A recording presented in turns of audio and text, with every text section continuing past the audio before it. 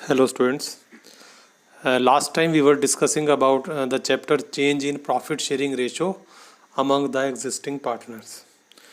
जब भी पार्टनर्स अपनी प्रॉफिट शेयरिंग रेशो को चेंज करते हैं तो हमने डिस्कस किया था कि किसी पार्टनर को गेन हो सकता है और कोई पार्टनर सेक्रीफाइस करेगा और किसी का गेन किसी दूसरे के सेक्रीफाइस से बनेगा। और जब भी रेशो चेंज होती है पार्टनर्स की तो अकाउंटिंग पॉइंट ऑफ व्यू से हमें एक तो गुडविल की ट्रीटमेंट करनी होती है। पहले हमें गुडविल को वैल्यूड करना होता है। 3 मेथड्स हमने डिस्कस किए थे गुडविल को निकालने के। उसके बाद फिर गुडविल की हमें एक एडजस्टमेंट एंट्री बनानी होती है।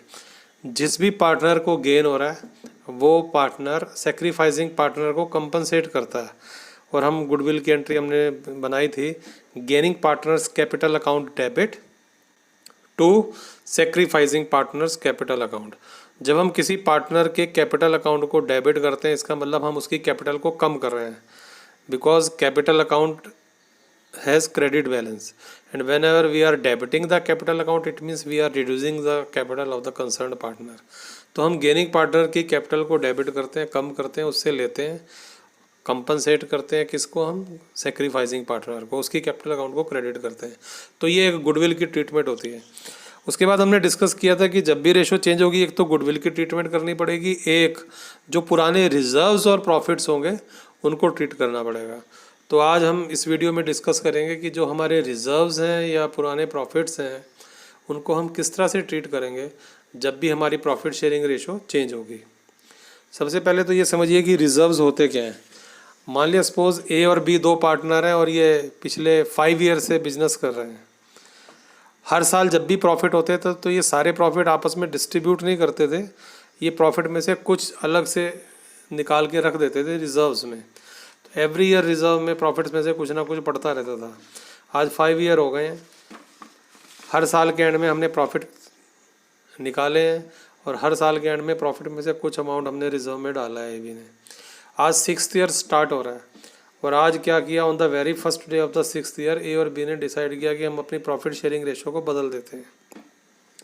अब आपको पता है कि प्रॉफिट शेयरिंग रेशो चेंज होने से क्या होगा, किसी पार्टनर को गेन होगा और जितना उसका गेन होगा वो किसी दूसरे के सेक्रीफाइस से बनेगा। अब अगर हम इन रिजर्व्स और प्रॉफिट्स की बात करें तो ये रिजर्व्स क्या हैं, हमारे ओल्ड प्रॉफिट्स हैं और ये जो ओल्ड प्रॉफिट्स हैं ये ओल्ड रेशो से बिलोंग करते हैं। आज अगर रेशो चेंज हो रही है तो रेशो चेंज होने से जिस पार्टनर को गेन हो रहा है तो उसको इस रिजर्व में गेन लेने का राइट नहीं है, क्योंकि ये पुराने प्रॉफिट्स हैं। आज के बाद जो भी कुछ प्रॉफिट होगा वो ठीक है न्यू रेशो के हिसाब से डिस्ट्रीब्यूट होगा, लेकिन जो पुराने प्रॉफिट्स हैं, रिजर्व्स हैं, they belongs to old ratio, they belong to old ratio, वो न्यू रेशो से कंसर्न नहीं है। तो अगर रेशो चेंज होने से किसी को गेन हो रहा है और किसी को सेक्रीफाइस हो रहा है तो जिसको जितना सेक्रीफाइस हो रहा है, नुकसान हो रहा है,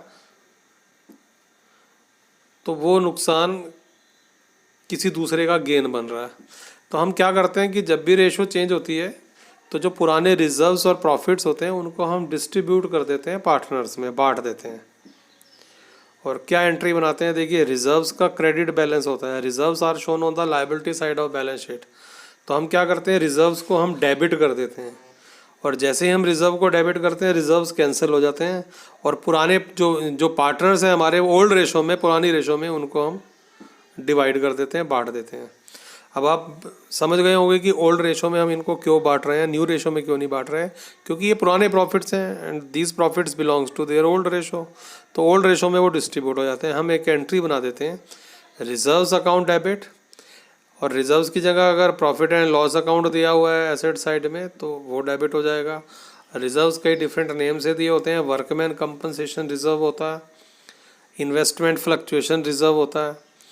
वर्कमैन कंपनसेशन रिजर्व को क्रिएट करने का ये पर्पज़ होता है कि हम प्रॉफिट में से अलग से निकाल के रिजर्व्स में अमाउंट रख दें और अगर फ्यूचर में कभी भी किसी वर्कर का हमारी फैक्ट्री में एक्सीडेंट हो जाता है और उसको कंपनसेट करना पड़े, कंपनसेशन देना पड़े, तो इस अमाउंट में से दे दिया जाता है।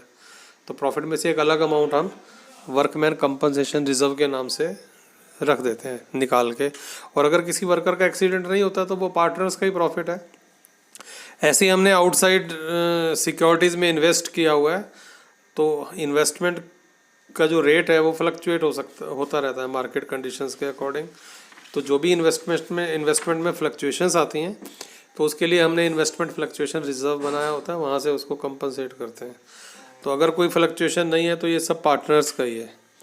तो हम क्या करते हैं, कोई भी रिजर्व हो, चाहे वो वर्कमैन कंपनसेशन रिजर्व हो, इन्वेस्टमेंट फ्लक्चुएशन रिजर्व हो, प्रॉफिट एंड लॉस अकाउंट हो या सिंपल रिजर्व हो, बैलेंस शीट की एसेट साइड में दिए होते हैं, डेबिट बैलेंस होता है, क्रेडिट बैलेंस होता है लायबिलिटी साइड का, हम इनको डेबिट कर देते हैं और जैसे ही हम इनको डेबिट करते हैं ये कैंसिल हो जाते हैं और हम पार्टनर्स में इसको डिस्ट्रीब्यूट कर देते हैं, पार्टनर्स की कैपिटल अकाउंट को क्रेडिट कर देते हैं।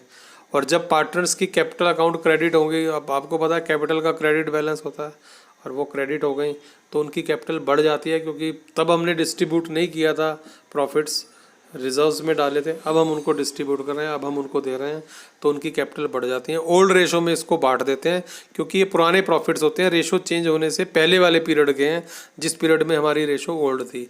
तो ये एक एंट्री बनाई जाती है रिजर्व्स के लिए।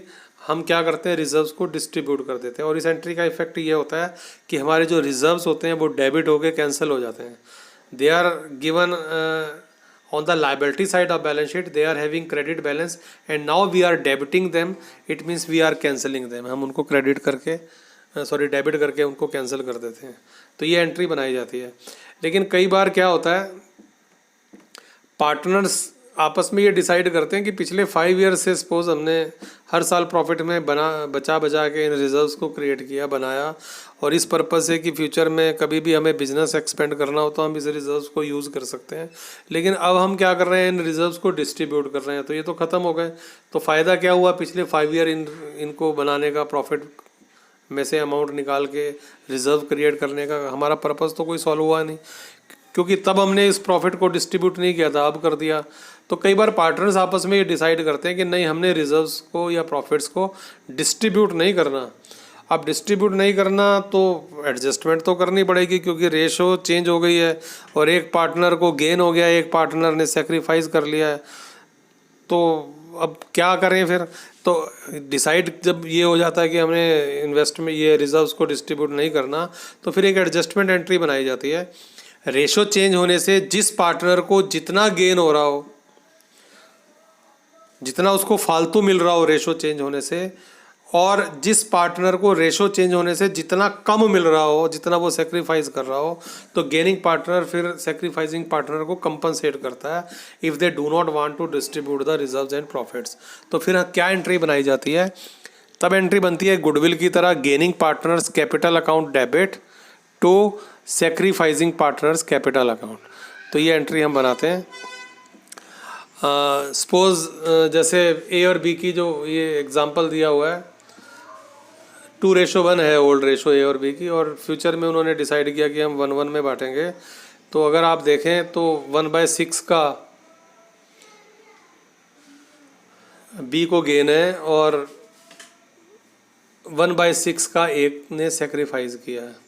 तो जिसको गेन हुआ है वो कंपनसेट करेगा ए को। सपोज हमारी बैलेंस शीट में रिजर्व 60,000 के दिए हुए हैं, तो 60,000 का अगर हम 1/6 निकालें तो 10,000 होता है। तो B will give 10,000 to A because B is gaining partner and A is sacrificing partner. तो एंट्री क्या बनेगी? B's capital account will be debited and A's capital account will be credited by 10,000।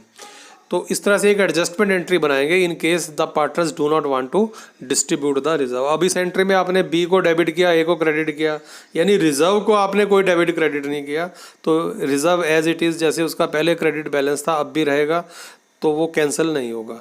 तो ये दो केसेस होते हैं reserves को treat करने के, या तो रिजर्व्स पार्टनर्स में डिस्ट्रीब्यूट कर दिए जाते हैं या रिजर्व्स की एडजस्टमेंट एंट्री बना दी जाती है गुडविल की तरह। तो क्वेश्चन में जैसा लिखा हो उसके अकॉर्डिंग इनको ट्रीट करना है। लिखा है they want to distribute the reserve तो डिस्ट्रीब्यूट करते हैं, they do not want to distribute the reserve तो एडजस्टमेंट एंट्री बना दें।